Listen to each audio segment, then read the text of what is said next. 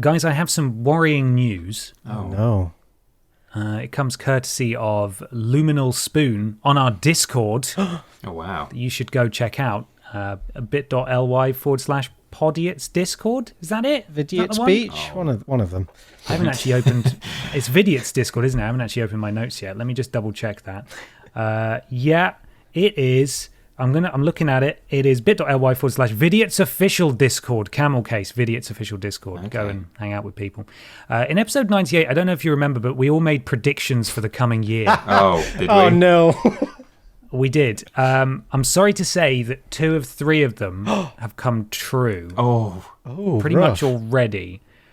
So firstly, I said that energy prices will go up again. Oh, this is all your fault, is it?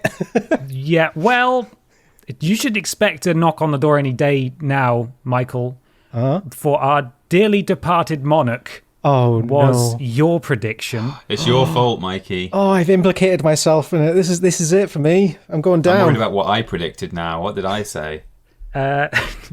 You predicted that, and this is the remaining one that I believe episode 98 came out in April. So how many months we got left until About next 6. April? 6 months? Okay, so in the next 6 months, Dave Benson Phillips will legally pursue us. Oh, God. Oh, no. Oh, God. What would we have to do for that to happen? God. Keep him in it, I We suppose. should have left him out of it. We really should. But there you are. Just a little warning that we have to be very careful now. Need to lawyer up. Yes. Anybody know any good lawyers? I know a good property lawyer. Don't know anyone that specialises in children's TV presenters' defence. No. No, sadly not. Tell your lawyers. Vidiots. I've got a little update regarding children's TV presenters as well, actually. So a new Star Wars series just came out, and everyone, before I even watched it, everyone was talking about how cute the new droid is, because that's what everyone does, right? They see the new little robot, they're like, I love him. And I just expected it to have some kind of cute beepy boopy voice. And then when I watched it, it's got the voice of a grown man. And I was like, oh, okay, whatever, that's fine. And then I realised at the end, the droid is presumably puppeteered by, but also voiced by none other than Dave Chapman, the neighbour's cat. Vidiots Podiots alumni. Dave Chapman. Podiots alumni, yes. That's what he's known for, right? Yeah. Yeah. We were really lucky to get in there and get a message from him, because I bet his value has gone right up now. He's in Star Wars as a voice actor. Oh, that's When so I was good. talking to him over it, me and my good friend Dave. Dave. When I was talking to him over email, he did say, I've got a really busy shoot tomorrow, so I'll record something tonight. Do you reckon my that God. was Star Wars and /or?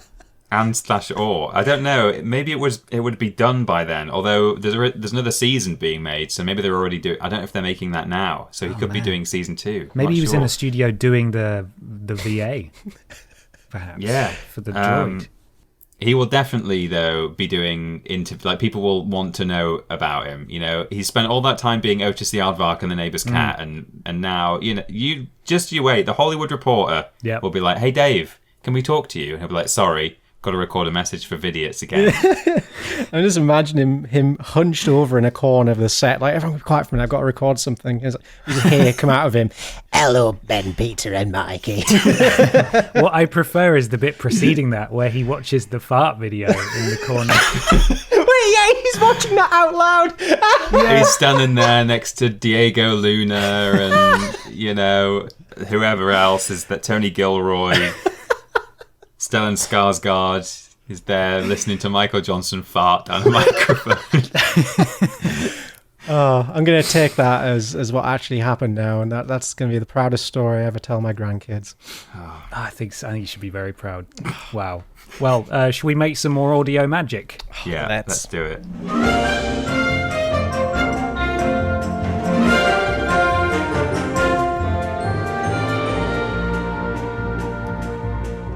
Hello Hello, everybody, and welcome to Podiots, the official Vidiots podcast. It's a conversational podcast where we take some questions from you at home and obey the law of the three R's, where everybody brings a thing along to talk about. I'm Ben. I'm Peter. And I'm Michael. Guys, we had some pretty devastating news recently in regards to Richard and Dominic. Isn't that right, Peter? That's true, yeah. The writing was on the wall. So after the death of the Queen, I saw a tweet going around online of one particular show that had been cancelled, and it was I think it was one of the earlier ones. It was like an October one, and I thought maybe they're doing that because it's still within the period of national mourning or something. And then I messaged you guys and was like, look out, this might happen. Anyway, then nothing happened for a few more days, I think. And then out of nowhere, I think they cancelled all of their dates. And they said, the good news is we'll be adding even more dates next year, but we're having to move, I think, every single show.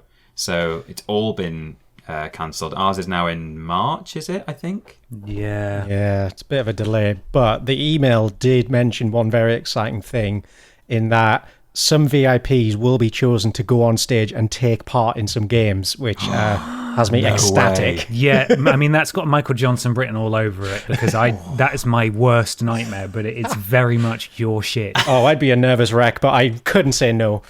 I would do it for a Dick and Dom game for sure, but normally I wouldn't like to be picked for anything like that. Yeah, I would be sweating, but like inside of me, deeply want to do it, but also at the same time, don't want anything less in my life. But got to do it. So we will reconvene next year for Dick and Dom Live, and I'm sure it will be just as magical as it would have been if it were next month, which it is no longer. Never mind. Do you guys want a Podiots Presents update? There's a few new ones that I'm looking at. Oh, yes, please. Oh, yeah, I saw a really good one recently. I can't remember what it was, but you might have it with you, actually, Ben. I may well. There's just a few here. Professor Kang just tweeted these at us. There's Podiots Paddling Pool. Podiots Presents Cultaholic Ventures Limited. Nice. Podiots Presents Wimbledon Abbey.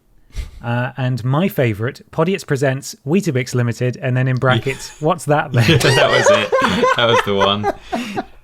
Oh, that's great. Is that the actual Weetabix factory? Yeah. Oh, amazing. I think so. Yeah. So there we are.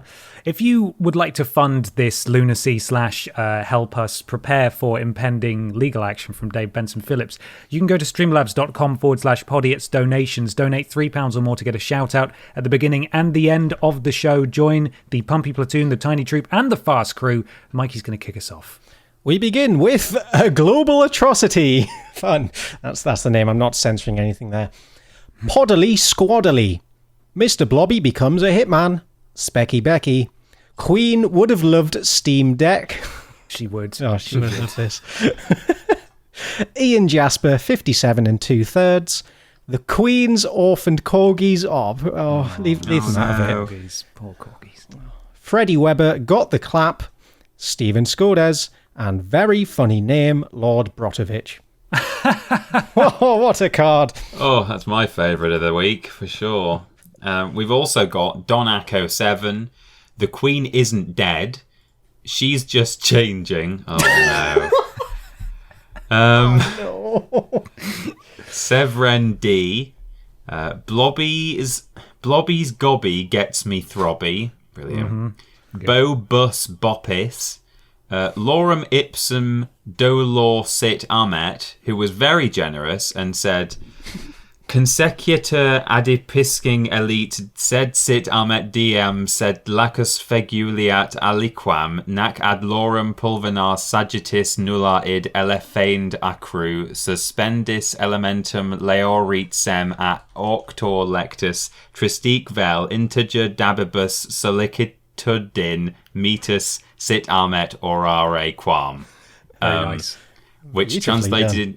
Thank you. Which translated into English, keeping in mind that lorem ipsum isn't real Latin, says, enhanced monitoring procedures, but let it be a great diam, but a little lake of Fiugiat, For as with the Lorem Pulvinar, there is no such thing as arrows, the elephane of the bow. Suspendis elementum leorate sem, at author read sad, or it is important to decorate the whole of the fear of anxiety. Quite prophetic at the end there. Yeah, it was. We wouldn't do that for anyone, but it was a generous donation, so It thanks was. for that. Podiots presents D's Nuts. Caroline, It's Not Your Baby. And One with Everything. Theoretically possible. Theoretically possible. And finally, we have Peter Parker's Perky Pecker. Janet Wicks likes to hear Wicks. No wanking, Queen's dead. That's out of respect. Mr. Macker, hello, dis da Google Maps police. Caroline did anal on OnlyFans. Oh. Well, I mean, that's her business. That's obscene. That's her business.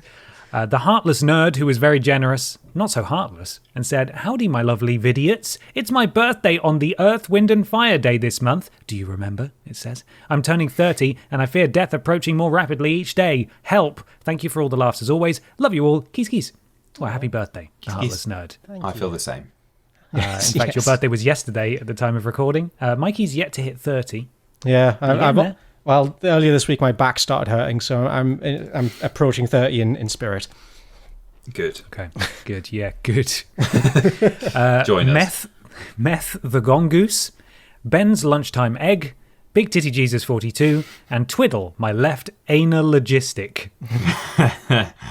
Brilliant. Okay. Thank you so much, Pod Squad. Do you have a favourite this week? Oh, man, I don't know. I'm I'm gonna go for the Ipsum Lorem, personally. pretty good. I'm gonna give a shout out just to Donak. I think they've been here every episode. That's a good one, yeah. Donak. Fair enough. Likewise, Specky Becky is usually in there. Skodes, Brotovich. Oh, of course. There's Yeah, always a sorry, there's a Freddie whole Weber. gang. Weber, as well. yeah. Mr. Macker, that's a regular. Mr. Macker, yeah. I will BTJ. go... Yes, BTJ. I'm always just... It will never not make me laugh. One with everything. I'm going to go with that. It's simple, but it got me, so... Classic. Yeah. Classic. Well, once again, streamlabs.com/Podiots donations, £3 or more to get a shout out at the beginning and the end of the show. Peter, your question, boy man, today. I am. What you got?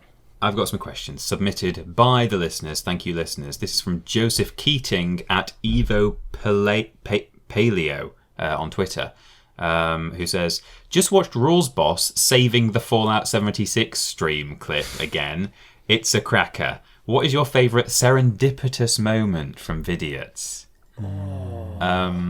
I've got one for while you guys are thinking.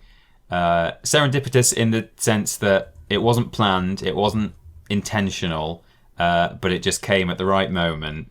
It's a very recent one. Literally the last thing we did, Mikey writing Vidiots on the whiteboard.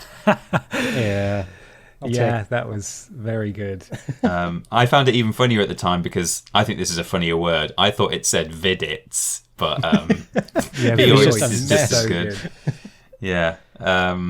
So that honestly, people might think we did that on purpose, but Michael was genuinely trying to write the word Vidiots and came out with Vidiots. So it was a perfect ending to our return to Bristol. It really was. It's one we go to often, but the Little Britain DVD game melting down of course. and just completely breaking was... and also Ichbean Cheggers, like so many Ichbean instances of Cheggers, like yes. the games just breaking themselves in really fun ways. Yeah. Oh man, I was gonna say. I think for me it's got to be Little Britain as well. I think you just the game, well, the capture software, whatever it was, did us a service by cutting the fat and getting straight to the good stuff. So we thank it for that. We sincerely do. Yeah. Oh well, there we go. That was a quick one. Yeah. Who would like to do their thing? I would. Off you go then, Mike. Come on, sir, can I do my thing? Please do. So I'm going to start in a slightly corny way of starting with a quote. I think I hate it when presentations start like that. For your consideration, everybody, here's a quote. But anyway, this is a fun one. Zombies are horribly dangerous to all human life, and zombie infections have the potential to seriously undermine national security and economic activities that sustain our way of life. Therefore, Having a population that is not composed of zombies or at risk from their malign influence is vital to United States and allied national interests. So it may seem like a weird quote, and when you hear the context, it gets even weirder. Oh my God, is this a real thing, a real document? That let me put some more effort into that. That summation of the threat of zombies to national security comes from the pages of CONOP 8888, a real document drafted by United States military planners that details how the country might best respond to a zombie outbreak. Wow. Yes, that's right. The US government drafted an official zombie preparation plan, and all 31 pages of it are available online to read. Oh my goodness. It's a ride. It's quite interesting to read through, so I'm going to give a little overview of the whole thing, some highlights, and a bit of context, if you don't mind. Well, it's another callback to a previous Podiots. We've done the predictions callback. Now this is, I think it was a very early episode. One of the questions we were asked were, what's your zombie plan? Yeah, it's an age-old question. Everyone loves it, and I guess now the authorities have an answer. The official zombie plan is what the official. Yes. Learn us, Michael. This is Zombie Plan Official. So yes, the US government drafted an official zombie preparation plan. Another quote here. This plan was not actually designed as a joke, the report begins, and indeed it is not. Dating from April 2011, CONOP 8888 is the work of military planners of the U.S. Strategic Command in Omaha, Nebraska, one of the Departments of Defense 10 Unified Commands and command employments of person. Oh my God, this is a mess of words. This is right English, I just can't say it. One of the Departments of Defense's 10 Unified Commands employs personnel from all. That is not English. I should have really proofread that. Basically, this is from a branch of the US military in order to provide a number of large-scale national defense services. So basically, their job is to imagine scenarios and come up with plans on how to defeat them and overcome them, so that they're not caught with their pants down in the middle of a big event. And this is the organization that created an honest-to-goodness zombie defense plan. The 31-page document, made public thanks to a report by Foreign Policy in 2014, Foreign Policy is a magazine, serves as an outline of what would have to be done in the event that the sort of zombie apocalypse depicted in shows like The Walking Dead happens in real life. More specifically, the document provides detailed explanations of the various legal, political, and practical issues involved in a war on the undead. So yeah, it is quite a meaty document, and there's lots of mumbo-jumbo in there, but we'll cut to the fun stuff, yeah? here's another quote. US and international law regulate military operations only insofar as human and animal life are concerned. There are almost no restrictions on hostile action against pathogenic life forms, organic robotic entities, or quote-unquote traditional zombies, the report reads. So there's almost no restrictions on what you can do to zombies or organic robots. I did read through it. I'm not sure what the restrictions exactly were. I think nukes are probably the one thing that they have to be careful of using, but even then, I mean, just launch the buggers, man. Combined with the fact that the authors expect a declaration of martial law following an outbreak, that gives the government a wide range of options for killing zombies. In discussing how to kill zombies, the plan goes through a number of general phases that would make for the best anti-zombie attack. In the first phase, authorities will instruct the military and the public on how the zombies they're fighting work and how to kill them. So a little bit of public education.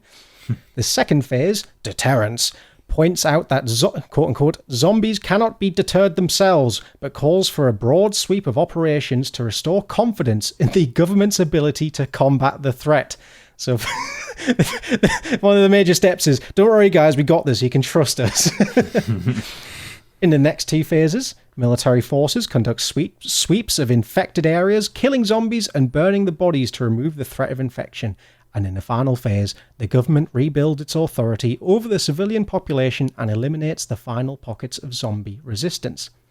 And operations like this wouldn't only be conducted domestically. According to the document, they would expect international, global working together to make this happen. This wouldn't just be a one country job, obviously, because that virus ain't going to stay in the continent. As the report states, because zombies pose a threat to all quote-unquote non-zombie human life, hereby referred after as humans, so yeah, this expands not just to humans, but to animals, rats and all that, they'll be big. We will be prepared to preserve the sanctity of human life and conduct operations in support of any human population, including traditional adversaries. So at this point, it's just, I don't care who you are, we're friends now in overcoming this one evil entity. Wow, this is amazing. Oh, it gets better. This is what I call the boring stuff. We're about to get into the fun stuff. Okay. From its international scope to its multi-phase attack plan, the document is remarkably thorough, covering every conceivable type of zombie. Because no, of course, there's not just one type of zombie. The plan first addresses the basic pathogenic zombies, which are given life by a virus, your typical run-of-the-mill that we've seen depicted in films. Then there are radiation zombies, I imagine just from some kind of radiation that's caused some kind of mess up in the body and made them mutate. There's also evil magic zombies born from quote-unquote occult experimentation, space zombies created by aliens, weaponized zombies. I assume some evil persons managed to make zombies and is now using them to do their evil bidding. And my favorite in the list, vegetarian zombies. Whoa. Oh. They're going to eat all the vegetables. No. And I'm about to read a quote, which is, yes, from an official US document, as indicated in the popular game Plants vs. Zombies. Oh. That's what they're citing for that. Right. Good. They state that while vegetarian zombies pose no direct threat to humans, they will consume all plant life in front of them, leading to deforestation and elimination of key food crops. Deforestation? They're just trees. They're eating entire forests. Wow. I do have another direct quote here.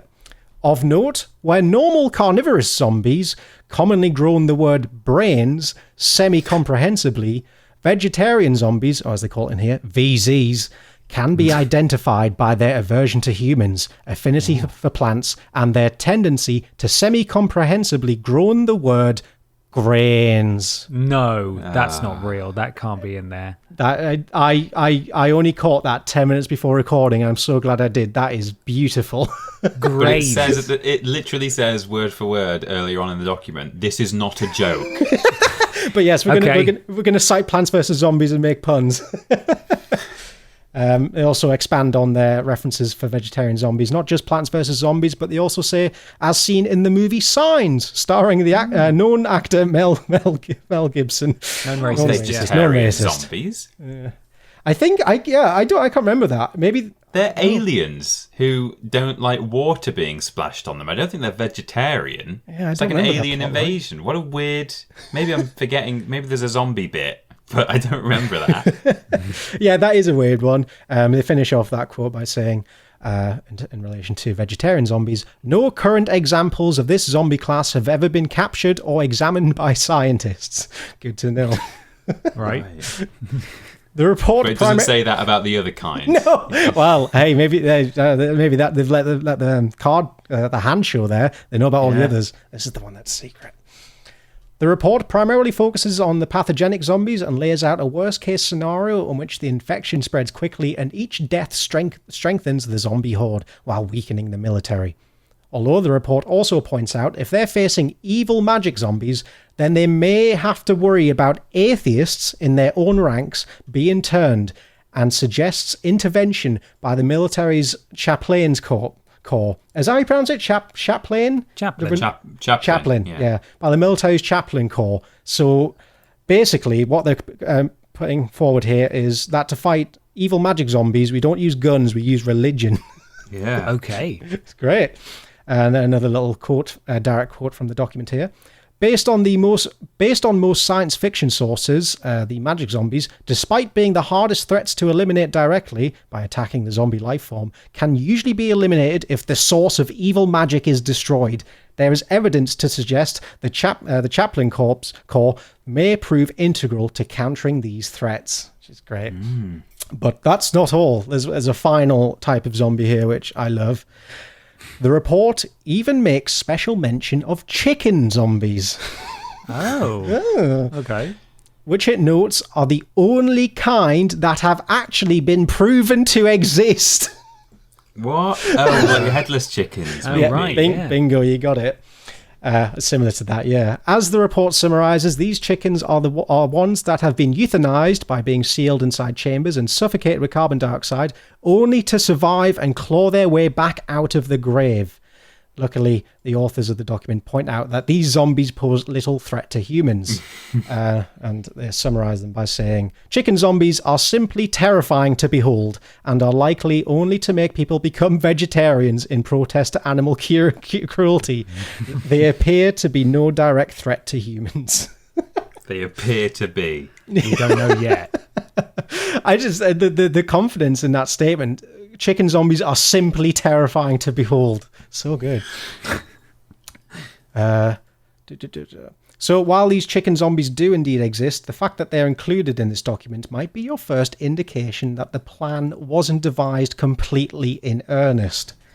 So, if this document isn't totally serious, why would the Pentagon go through all this trouble of creating it and imagining all these scenarios and coming up with all these different kinds of zombies? According to a spokesperson for the US Strategic Command, the document is identified as a training tool used in an in-house training exercise where students learn about the basic concepts of military plans and order development through a fictional training scenario. So I have slightly pulled the rug under you there. While this is an official US government army document, it's not really serious. It's more of a thought exercise. But still pretty good. In other words, it's basically a training exercise featuring a fictitious enemy rather than an actual plan that its authors would envision using in the field. You see, the US needs to train its personnel to plan for different national security threats. The problem is that these plans are sometimes leaked, and if they have their planners working on a hypothetical invasion of Brazil simply for practice, it might still make the Brazilians nervous if it gets picked up by the press. So, you can see the kind of thing here. So choose something utterly ridiculous and people are just like, that's fine. But if they train on an actual threat or target, then that could look pretty dicey. So thus, by developing a plan for something that is unlikely to offend anyone, like a zombie outbreak, they can provide their staff with a valuable experience without risking any damage to foreign relations. And the fact that it's a particularly entertaining thing to prepare for means that they can get their planners engaged in the process. So while it always pays to be prepared, you can rest easy in the knowledge that the US government isn't seriously expecting a zombie apocalypse. At least as far as we know. Oh, that's what they want you to think. Yeah. I think the zombie nation would be pretty upset about this. Oh, document. zombie nation. You can upset the zombie country. I know, it's pretty rude of them. Well, Dead Island. Dead Island. It does say, though, that in the event of a zombie apocalypse, we will be friends with all nations in order to destroy the zombie menace. So would we have to join the zombie nation? And how would they feel about that? Because I don't know. You can't have it both ways. You can't be friends with the zombie nation and then also try and kill them. Zombie nation, once again, NATO member, has once again vetoed military action against zombies. Yeah. We need a unanimous vote, and the flipping zombie nation are constantly saying no. Fucking time. Yeah, there you go. Fun little thing for you all. That was Love fun. it. Thank you, Mikey. Thanks, Mikey. I have got a question here. It's from Reg at Penn Richard Penn, who says, if you could instantly become the best in the world at one thing right now, what would it be? God, this is such a boring answer. Plumbing. I could get a job that actually makes me money. Yeah, fair. Get a trade. That's what I should have done when I was a kid. Oh, no. I think I can't settle for that. Give me a minute. I can do better than that. I think something practical would be really useful. I'd quite like to be the best in the world. I'd just like to be really good at cooking, maybe. Not even the best in the world. I'd settle for far less than best in the world. Yeah, I would, with just being handy, as they say. Yeah. Just being able to do stuff around the house, like fix stuff.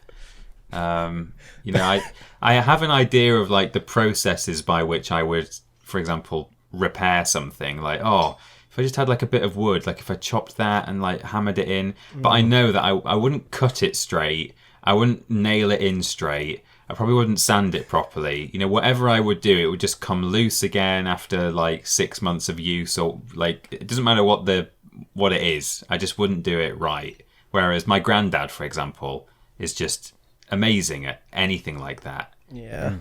So yeah, I wish I was just really good at just household maintenance and things like that, fixing cars and stuff. Oh, it'd be good. Yeah, that would be good. I get maybe a slightly boring answer, but I'd really love to be more musical in like a general sense. And if I have like a general being good at instruments ability, I would absolutely adore that. But I've got no sense of rhythm. My left and right hand can't do different things at different times. So I've faltered at every attempt to learn an instrument pretty much. But I'd love to make some little bops. Yeah, nice. yeah, that'd be good. Yeah. Bopability. Hey, Boppis. now that's what I call boppers. We're doing like quick work on the questions. Yeah, today. we are, aren't we? Flying Yeah. through them. Ben, do you want to do your thing next, or shall I? I could do my thing. I don't think it's going to take very long. Okay, go for it. Continue on this speedy trend. I've got a new game that could potentially be a recurring feature. It's called How Many Dicks Will Fit in This Thing? Okay. Okay. Firstly, I would like you both of you, Is this called on this call. Knob the Onion by chance? No, it's not called Knob the Onion. That's very nice, though. That's good. How big / how long is the average Wilkins length? Duration. What's the average duration of a Wilson? It's measured In fully inches. erect, isn't it? Sorry, yeah, In fully inches. erect in inches, please. I believe it's something like 5.5 to 6.5. That range. Yeah, 5.5, 6. I'm gonna go for 5.6. It's 5.1 is the average Oh, okay. erect Wilkins size. So, the game here is I have various objects, and I would like you to tell me how many penises are in it. So have you worked out the 3D volume of a penis? No. or just- It's just the length, just the Okay. height / length. Like how So many end to end. end to end, how many How many dicks penises? can fit in this thing? Okay. The first one is the Eiffel Tower. Oh my god! How many dicks can fit in the Eiffel Tower, please? Couldn't even start with like a bathtub or something. You've gone big. No, we're going big. I can give you the height of the various thing. I've got 5, by the way. I can give you the height of the various things in feet, but I kind of also don't want to give you that until you've guessed, because you might be able to reverse engineer. Yeah. How many dicks? How many is erect the dicks height will of the fit Eiffel in the Tower? Eiffel Tower? Well, this is the calibration question because right now there's no context. We don't really know. So after this, we'll be more accurate. But so this is a shot in the dark. I'm gonna say 687 of them. See, it would be maybe slightly easier as well if it was in metric, because How many It's like metric 12 knobs is this? like, so it's like two and a bit dicks to a foot, basically. I think it's like 2.2 dicks or something. So Okay. how about 800 dicks? Well, the Eiffel Tower is 984 feet tall.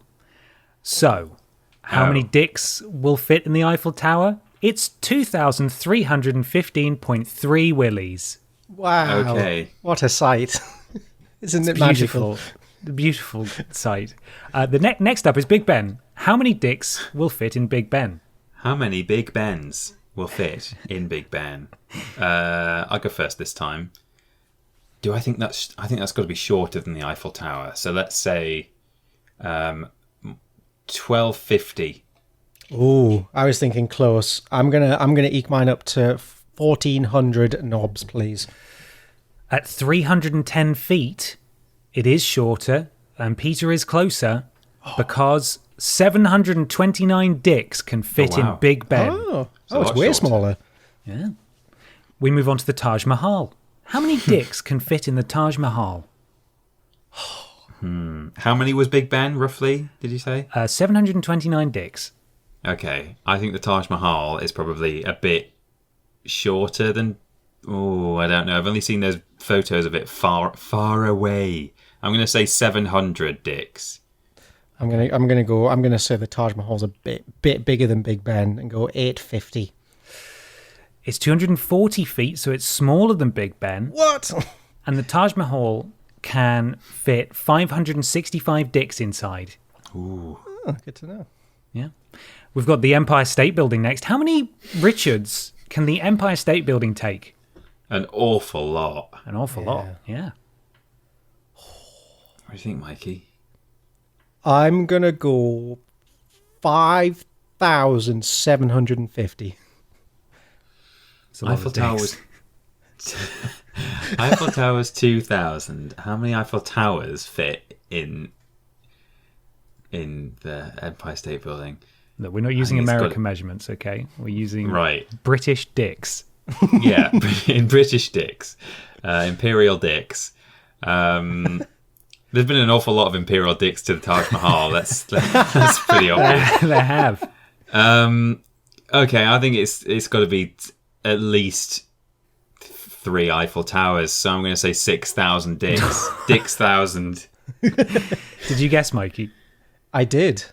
Was it? Oh god, I forgot what I said though. 5,350 maybe. Yeah. Okay, the Empire State Building is 1,250 feet, which means that the Empire State Building can take 2,941.2 willies in Well, it. we really overdicked that one. You massively overdigged that one. Let's see if you can bring it home for the final one. How many dicks will fit inside Boris Johnson? Okay, we have a chance with this one, Mikey. Yeah. The average dick is 5.2 inches, did you say? 5.1 inches. Okay. So it's like it's 2 and a bit knobs per foot. Yeah. 2 knobs to the foot. And I think Boris Johnson is probably a tall-ish man. So I reckon Boris Johnson is like 6'1". Sorry, Dick's 1.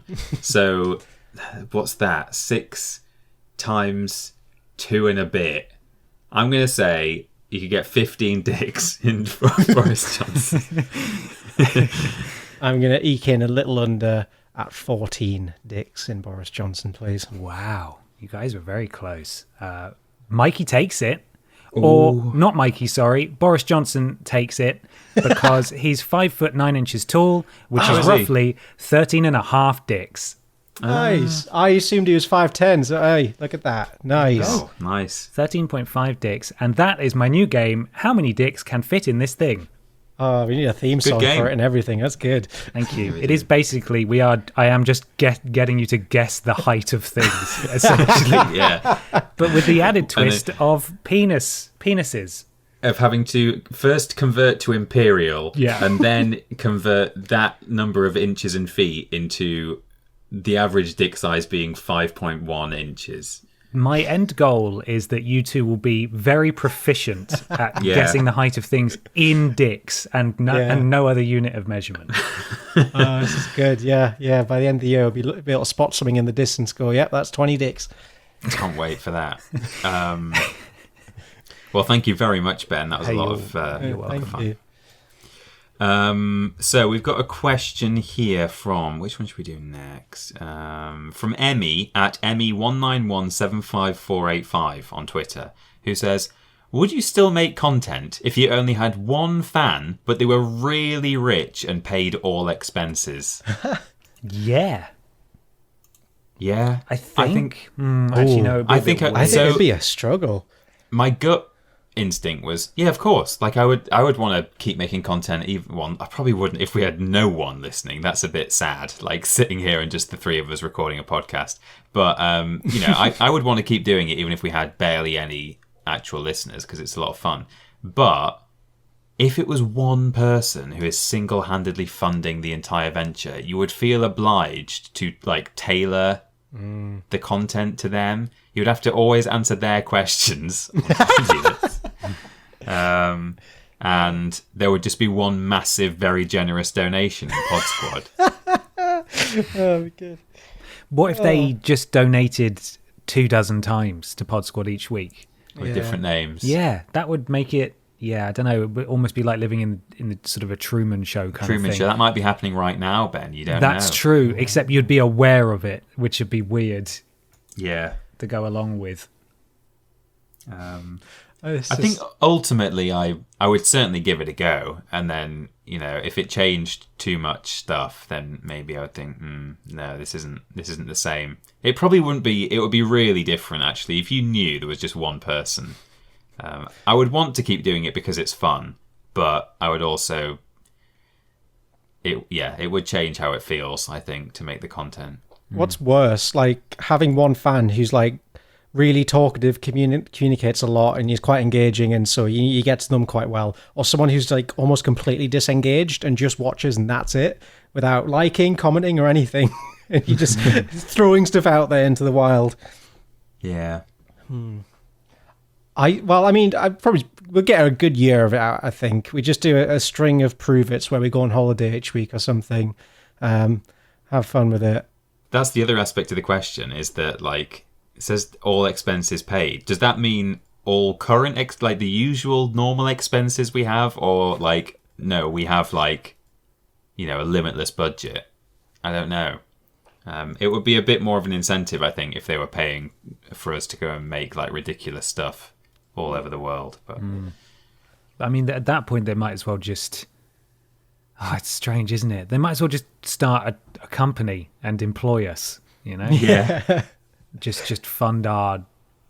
I don't know. It would be weird, but it would also feel like a strange form of prostitution. Yeah, it would a bit. It'd be like it's like being a performing monkey. Yeah. Monkey dance. Make posts of, oh God, do post some Tap forever. Don't worry, I'll buy you things each week. I'll send you it. To be honest, it sounds like more work for them than for us. Sort of verges on creepy, really, that they're that keen to keep us going. The more we think about it, the less advertising it becomes. The answer is no, Emmy. We wouldn't do it. I suppose it's no, but then also with an asterisk, how much money? Yeah. Just how much money are we talking here? Because I could do it for like a couple of years and retire. Yeah.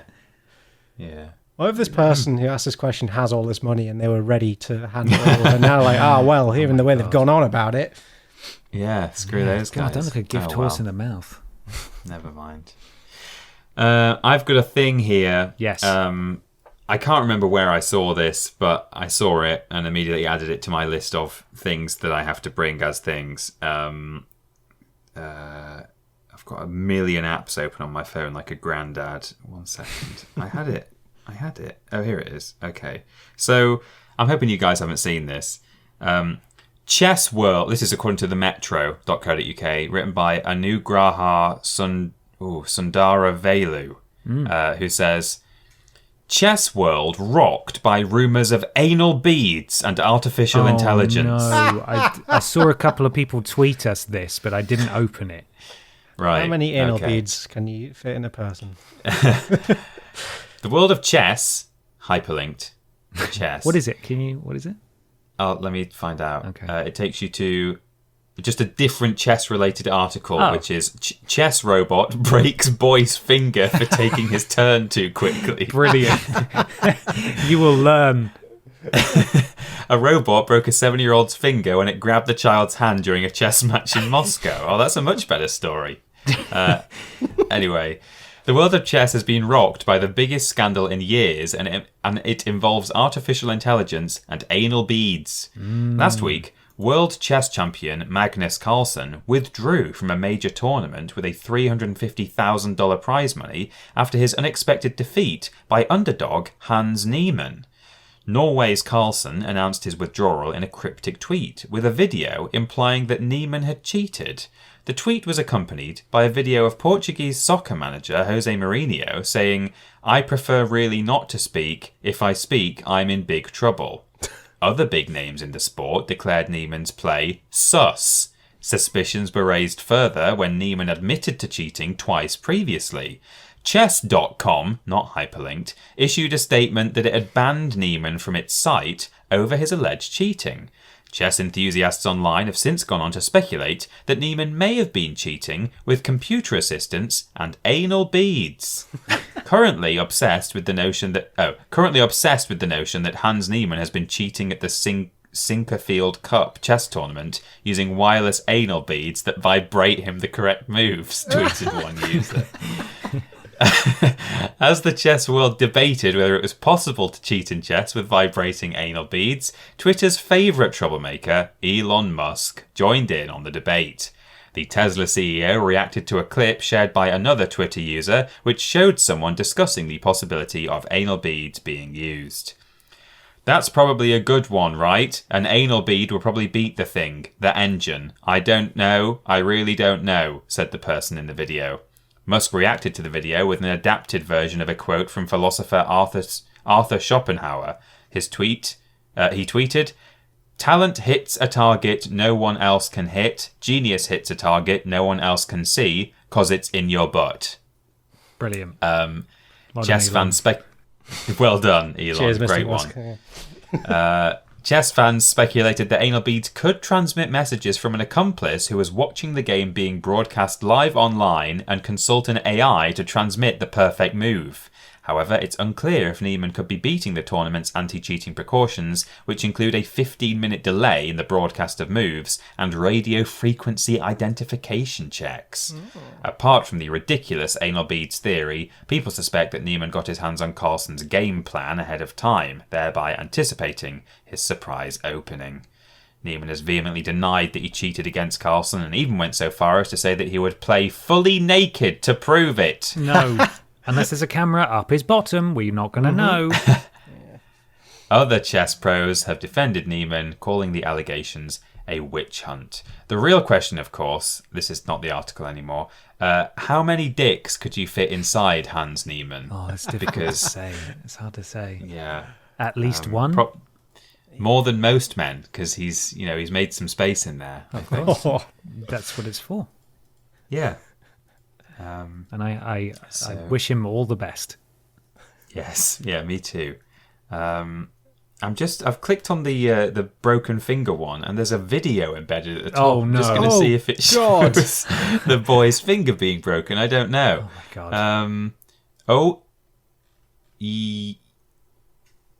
Yes, it does. Oh. It's not particularly violent, but It's not like it grabs it and whips it round and snaps it. No, it just seems. I think it just sort of grips hold of his finger. So it. Ugh. I'm trying to actually, that's still making me feel weird. Children are weak, link. man. Here we go. Let me send this to you guys. Did you say children are weak? Yeah, robot touching me wouldn't break my finger. Come on, kids. Could kick a robot's ass. Yeah. So there we go. That's that. I saw the headlines. I assumed it was like pretty well substantiated. It wasn't just wild rumor. Because holy hell, all that man's ever going to have associated with him now is this whole fiasco, which isn't even proven to be true. That's bonkers. Yeah, I must say I was a bit. If you couldn't tell, I'd not read the article. I just brought it along. I was a bit disappointed to find out that it was just some people said, "Oh, maybe he used anal beads." And that's the story. I was really hoping that actually it was proven that he had done, but no, apparently not. I've sent you guys a link to the chess robot breaking a boy's finger. Yeesh, yeah, that is rough. Basically, for those who don't want to watch the video, all that happens is the robot arm moves a piece away from a certain square, and then while it's sort of finishing its move, the boy does his move and moves straight onto that square. Where the robot just was, and then the robot seems to come back and like grab the piece, or I think it's trying to grab the piece that he's moved onto there, but it grabs his finger, and yeah, I don't know. But there you go. So the chess world has been rocked by the potential scandal. Yes. Completely manufactured scandal. Yeah. Scandal pending. I'll ask another question. We can finish off with, do you guys still have something from your childhood you can't seem to let go of, like a toy or a blanket? I don't want to brag, but I still have most of my stuffed animals. But I'm only 32 and I'm still in my youth, right? Okay, love you, bye. That was from Paul at paulzaremba16. Thank you, Paul. I've still got my big animated series Batman toy. I've still got a fair amount. This will probably be the same for you, Pete. I've still got a fair amount of my gaming stuff from my youth. Yeah. It's not in my flat, but it's at my parents' house. Still got my teddy. Yeah. Still hanging around. But that's probably about it. I don't think I'll ever throw those things away, though. Yeah. I've still got a bunch of PS1 games I had when I was, 5, 6, 7, 8. My boot, Scoot and Bait. Don't know what that really got me there. Just ran away with me. But yeah, when I was a young'un, still got some of the original games I had rather than, I know a lot of people who've got a load of PS1 games, but they're sort of repurchased ones when they kind of picked up the hobby again. But yeah, some of mine still have little sheets of paper inside with cheat codes and stuff. And my parents have kept a couple of my teddies, I think, in a bag. I don't know if they've kept them for me or for them, or for potentially their grandchildren. They've definitely kept a load of toys for their grandchildren that were once mine. We had this farm toy that was it was made of wood. It was a bit like a doll's house, but it was open air. It was just a farmyard. It had 4 fields. It had a barn and a little tractor garage and a pigsty, and it was all just nailed down onto this big piece of wood. So it was this great big toy that you put on the floor, and then you would get all of your animal toys out of the big box of plastic animal toys and make a farm, I guess. Don't really know. Yeah, it was cool. I liked it. And they've still got a lot of Duplo and wooden blocks and things. So I think they're trying to send me a message, to be honest. Yeah. It's time. Yeah.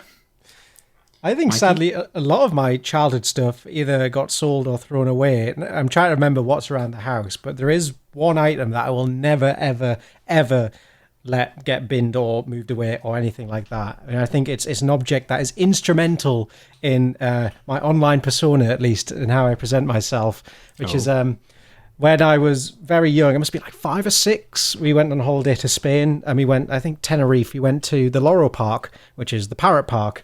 And it's this huge zoo with just hundreds and hundreds of parrots. And I think that might have been the thing that's cemented in my head as a child. Parrots, they're great animals. And holidays. Which obviously, and holidays. No bacon yet, but Did that's you have coming. bacon that day? Or, yeah. Maybe that one day it set me on a trajectory. The best day of your life. Holidays. Oh my God, there's every chance I had bacon that day. That's magical. While they're surrounded by all these wonderful birds, I bought a little parrot. Well, I didn't buy it. I didn't have money back then as a kid. My parents bought me a little plushy parrot that we called Paulie. And I carried him everywhere for years and years. He's a little bit dirty and scuffed up now, but he's quite safe and secure in the back of my cupboard at home, which feels mean. I feel like I need to, next time I go home, get him and put him on display. But I don't want to risk any damage to him. He's my best friend. The best thing, Mikey, is not only did on that day, especially if you had bacon, which you may or may not have done, not only did you have your 3 best things, but you probably also avoided your 3 worst things. In that you weren't at school, you weren't doing work, and you were likely not surrounded by anyone who doesn't like parrots. Yeah. Parrotdise. They took the Mickey out of parrots. Oh, Parrotdise. Oh, take the Mickey out of, was it? I thought it was people who didn't like parrots. You take the Mickey out of parrots. Yeah, when I was back when I was really Geordie.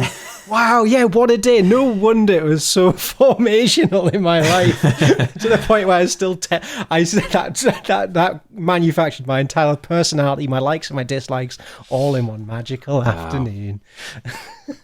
It's all just been downhill from there. Yeah. Still got my parrots, holidays, and bacon, though. Well, not even holidays anymore. Or bacon. Jesus, I've lost it all. 2 tickets to Parrotdise. Oh, very good. I think. I don't know why you didn't just say that out loud, Ben. Well, You sent it discreetly via Discord. I said it once, and you guys were talking. I didn't want to say it again, so I just no. put it in there. Very good, Ben. Thank you. Thank you, guys. Thank you. Well, I would ordinarily edit out any talkings over, but I will leave that one in thank you. so that everyone else can at least laugh at your excellent joke. Parrotdise.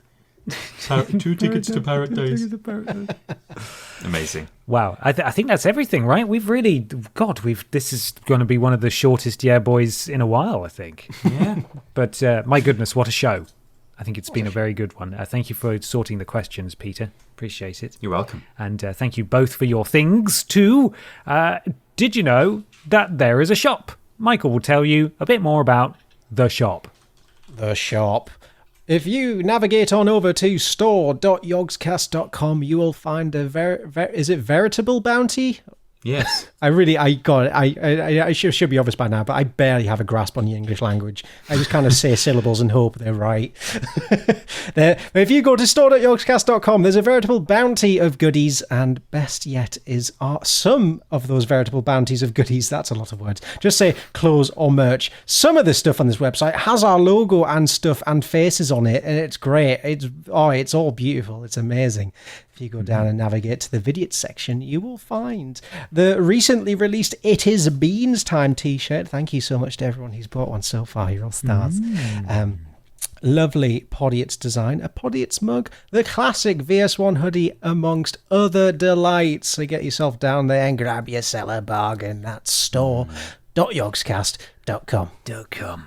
Why not check us out on YouTube, Twitter, Facebook, all.com/Vidiots official. bit.ly/Vidiots official Discord. That's a capital V, a capital O, and a capital D. Come hang out with other people and say hello.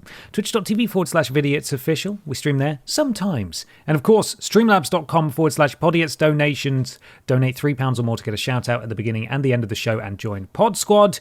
Mikey, kick us off for the last time, please. A global atrocity. Poddily squaddily. Mr. Blobby becomes a hitman. Specky Becky. Queen would have loved Steam Deck. Ian Jasper 57 2/3. The Queen's orphaned corgis. Freddie Weber got the clap. Stephen Skodes. And very funny name, Lord Brotovich. Also, Don Echo 7. The Queen isn't dead. She's just changing. Severin D. Blobby's gobby gets me throbby. Bobus Boppis. Lorem ipsum dolor sit amet, who was very generous. Thank you very much. Thank you. Podiots presents D's nuts. Caroline, it's not your baby. And One with everything. And finally, we have Peter Parker's Perky Pecker. Janet Wicks likes to hear Wicks. No wanking, Queen's dead. Mr. Macca, hello, dista Google Maps police. Caroline did anal on OnlyFans. The Heartless Nerd, who was very generous, thank you very much. Meth the Gone Goose. Ben's Lunchtime Egg. Big Titty Jesus 42. And Twiddle My Left Analogistic. Thank you so much, everybody. Once again, streamlabs.com/Podiots donations, £3 or more to get a shout out at the beginning, at the end of the show. Peter, what's out on Vidiots this week 4 years ago? I'll tell you. Worst games ever, 50 Cent Bulletproof. Boundless stream highlights, #ad, remember that? Oh, Boundless. Fun. Get Out of the Way, Overcooked 2. The Dunster Vlog, arcades, fish and chips, and castles. And upsetting grands. Yes. Yeah. Heroes in Training, Marvel's Spider-Man Part 2. So Part 1 was on the last episode of Podiots. Podiots episode 15, Get the Flump. Post Some Tat 31, Poop. Nice. Marvel Spider-Man in Real Life live action finale. Oh, Nice. yes. We love that one. Worst games ever, Hulk Hogan's main event. Oh, my God. Peter gets hit by a car. Oh, some real royalty in this fortnight here. Neil's Masterpiece, Art Attack PC. Holy hell. Vidiots live Twitch stream The Sims 3. Post Some Tat number 32, Ed Miller Band. And finally, Airport to Airport GTA 5 Challenge. Yes. There you go. Very nice. Was that Videos. what was the kind of I don't know, what's the word? Hindrance. The sort of the handicap on the airport to airport I think we had a challenge. lot of police on us. I think it was like a 5-star wanted that was level. Yeah. Or similar. Something like that. Piece of cake. Check it out. Yeah. Wonderful. Well, Mikey, where are you on the internet, please? At Parrot Boy on Twitter is the best place to keep up to date with my comings and goings and doings and deings. And I stream once or twice a year on Twitch at Parrot Boy on there too. Thank you. Wonderful. And Peter, where are we? We are together at Team Triple Jump on YouTube and Twitch, putting out lots of content, streams, videos, and things. But you can also get us on Twitter at @ThatPeterAustin and at @confused_dude. I'm also on Instagram, but I only post every so often. Go check it out. Go check it out. Why not leave us an iTunes review or a 5-star rating on your platform of choice? It helps us something to do with Al Gore's rhythms. We'd really, really appreciate it. Do we have a final question before we disappear this week? How many dicks could fit inside you? Yeah, there we go. That's a good yeah, question. be precise as well. Yes. Yeah, remember it's 5.1 inches. Yes. Average dick. Yeah. How many dicks could fit in you? Let us know. Wonderful. Take care of yourselves, everybody. We'll see you next time. Goodbye. Bye-bye. Bye.